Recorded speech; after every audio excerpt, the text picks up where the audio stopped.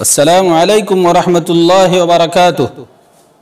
محترم ناظرین، اس سے پہلے توحید کی تعریف، توحید کی قسمیں اور توحید کی فضیلت پر کچھ باتیں آ چکی ہیں۔ ہمیں معلوم ہے کہ توحید کا ٹھیک الٹا شرک ہوتا ہے۔ تو جب ہم نے یہ جان لیا کہ توحید کی تعریف یہ ہے کہ اللہ رب العالمین کو اس کی تمام خصوصیات کے اندر ایک جاننا، کسی کو اس کے برابر نہ ٹھہرانا، یہ توحید ہے، تو ٹھیک الٹا اس کا الٹا شرک ہے۔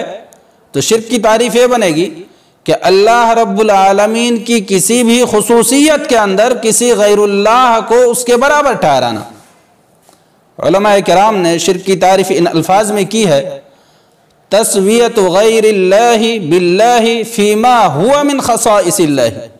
غیر اللہ کو، اللہ کے علاوہ کسی بھی مخلوق کو اللہ رب العالمین کے برابر ٹھہرانا ان خصوصیات میں جو اللہ رب العالمین کے لیے خاص ہیں۔ کوئی بھی مخلوق ان خصوصیت میں اللہ رب العالمین کے شریک نہیں ہو سکتی۔ تو یہ شرک ہے۔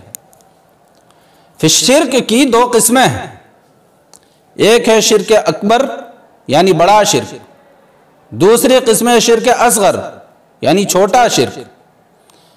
میں نے جو ابھی شرک کی تعریف بتلائی کہ اللہ رب العالمین کی کسی بھی خصوصیت کے اندر کسی غیر اللہ کو، کسی مخلوق کو اللہ رب العالمین کے برابر ٹھہرانا، یہ شرک ہے، یہ شرک اکبر ہے، بڑا شرک۔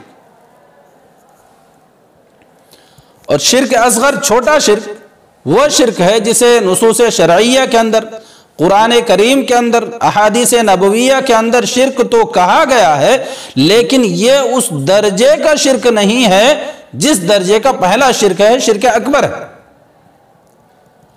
شرک اکبر میں یہ ہے کہ کسی بھی غیر اللہ کو اللہ رب العالمین کے برابر ٹھہرانا۔ شرک اصغر میں وہ چیز نہیں ہے، اسے شرک کہا گیا ہے، لیکن اس میں کسی بھی خصوصیت کے اندر کسی مخلوق کو اللہ رب العالمین کے برابر نہیں ٹھہرایا جاتا ہے، یہ شرک اصغر ہے۔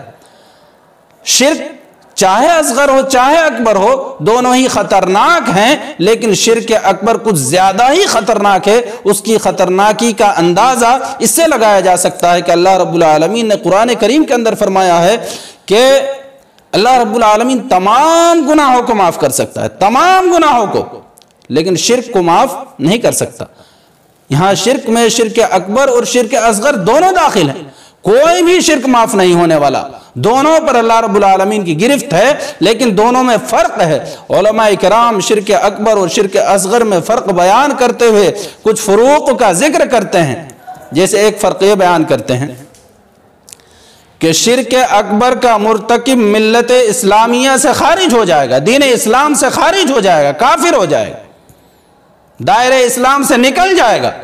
جو شرک اکبر کرے گا وہ دین اسلام کے اندر نہیں رہے گا۔ جبکہ شرک اصغر یہ ہے کہ انسان دائرہ اسلام سے خارج نہیں ہوگا۔ یہ الگ بات ہے کہ اللہ رب العالمین معاف نہیں کرے گا، لیکن انسان دائرہ اسلام سے خارج نہیں ہوگا۔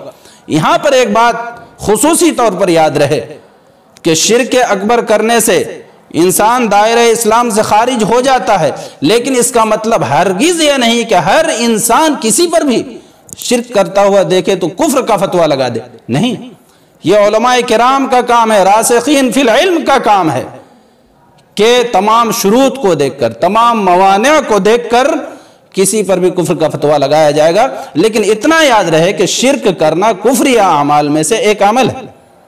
دوسرا فرق جو بیان کرتے ہیں علماء کرام وہ یہ ہے کہ انسان شرک اکبر کرنے سے ہمیشہ ہمیش کے لیے جہنم کا مستحق ہو جاتا ہے۔ جو شرک اکبر کرے گا اس کے لیے ہمیشہ جہنم واجب ہو جائے گا، وہ جہنم سے کبھی بھی نہیں نکل سکتا۔